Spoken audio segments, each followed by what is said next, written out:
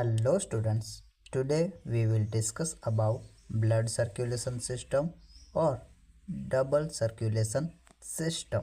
Now suppose that this toy is our human body and that toy contains some impure or deoxygenated blood.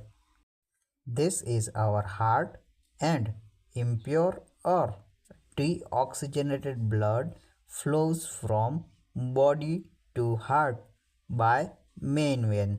See that blue color blood is a impure or deoxygenated blood which is flowing from our body to heart. Our heart don't have any source of oxygen, hence our heart sent this blood to our lungs. This is our lungs and heart is supplying impure blood to lungs by pulmonary artery. This blue color shows the supply of impure bloods from heart to lungs. Lungs having good supply of oxygen, hence they purify it and send back to the heart by pulmonary vein. This red color shows the flow of pure blood from lungs to heart. And finally, heart supplies this purified blood to various parts of the body. This red color shows the flow of pure blood from heart to various parts of the body. And finally students, we will see that how we use this diagram and points to attend questions in exams, and also we see that how we will remember this diagram with the help of one small poem.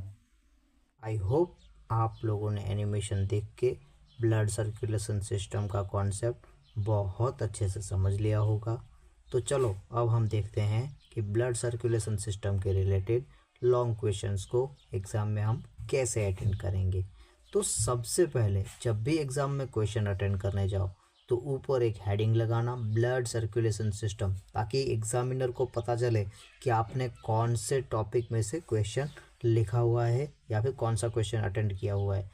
वो heading लिखने के बाद आप या तो उसको underline भी कर सकते हो या उसको ऐसे बॉक्स बना के भी लिख सकते हो। ये आपकी चॉइस है कि आपको कैसे लिखना है। अब उसके बाद क्या रहेगा, आप उसके बाद एक सिंपल से डेफिनेशन लिख सकते हो, जैसे कि मैं खुद से बनाकर आपको दे रहा हूँ। Blood circulation system is a system which purify और oxygenated our blood and supplies और circulate in a human body. तो वो जो डेफिनेशन है आपको यहाँ पर 2 या 3 लाइन में लिख सकते हो। अब उसके बाद क्या आएगा, उसके बाद जनरली जो है हमने एनिमेशन में जो डायग्राम देखा वो आप यहाँ पर बना सकते हो। और वो सिंपली जनरली बस बनेगा कैसे, तो आप देख सकते हो। जैसे मान लो आप यहाँ पर एक सर्कल बना दिया, उसको आपने नेम दे दिया बॉडी,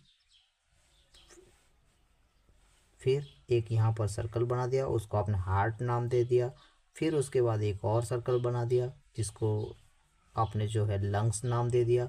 अब होगा क्या, अब जैसे मान लो हमने जैसे वहाँ पर जो एनिमेशन था उसमें देखा हुआ था, तो एग्जैक्टली आप लोग यहाँ पर ऐसा भी बना सकते हो। जैसे मान लो यहाँ से ये कनेक्ट कर रहा है, यहाँ से ये कनेक्ट कर रहा है, यहाँ से ये, एंड देन ये। तो ये आप जो है प्रोसेस दिखा सकते हो। और उसके बाद 2 3 4 ऐसे करके पॉइंट्स बनाएंगे और यहाँ पर जो है पॉइंट्स बनाकर हमने जो डायग्राम बनाया है उसको एक्सप्लेन करेंगे। तो अब ये जो हमें पॉइंट्स मिलेंगे या फिर हम जो पॉइंट्स बनाएंगे डायग्राम में से वो कैसे बनेंगे वो थोड़ा देख लेते हैं। तो हमारा जो पहला पॉइंट बनेगा वो यहाँ से बनेगा। अब वो कैसे बनेगा, impure blood flows body to heart, ये हमारा यहाँ से पहला पॉइंट बनेगा। दूसरा, अब यहाँ पर भी जो ब्लड है वो भी इम्प्योर ही था, तो अब दूसरा पॉइंट हमारा यहाँ से ये बनेगा कि impure blood flows heart to lungs. ये हमारा दूसरा पॉइंट बन गया। अब होता क्या है, लंग्स में जाके जो है ब्लड को ऑक्सीजन मिल जाता है और इस वजह से जो है ब्लड बहुत ऑक्सीजनेटेड हो जाता है और उसके बाद जो है ब्लड वहीं से रिटर्न होता है। तो अब यहाँ से हमारा थर्ड पॉइंट बनेगा और थर्ड पॉइंट हमारा क्या बनेगा कि pure blood flows towards lungs to heart, मतलब लंग्स से जो हार्ट में प्योर ब्लड आ रहा है। और उसके बाद जो है हमारा फोर्थ और लास्ट पॉइंट बनेगा कि प्योर ब्लड मूव्स टुवर्ड्स और flow to a body by heart. Heart से निकले आर्टरीज, हार्ट में जाए वेन। हार्ट से निकले आर्टरीज, हार्ट में जाए वेन। लंग्स से जुड़े तो पल्मोनरी, लंग्स से जुड़े तो पल्मोनरी एंड बॉडी से जुड़े तो मेन। बच्चों यहाँ पर लंग्स से जुड़ने वाली आर्टरी और वेन दोनों को pulmonary artery and pulmonary vein कहते हैं और बॉडी से जुड़ने वाली आर्टरी को मेन आर्टरी और बॉडी से जुड़ने वाली वेन को मेन वेन कहते हैं। Thank you.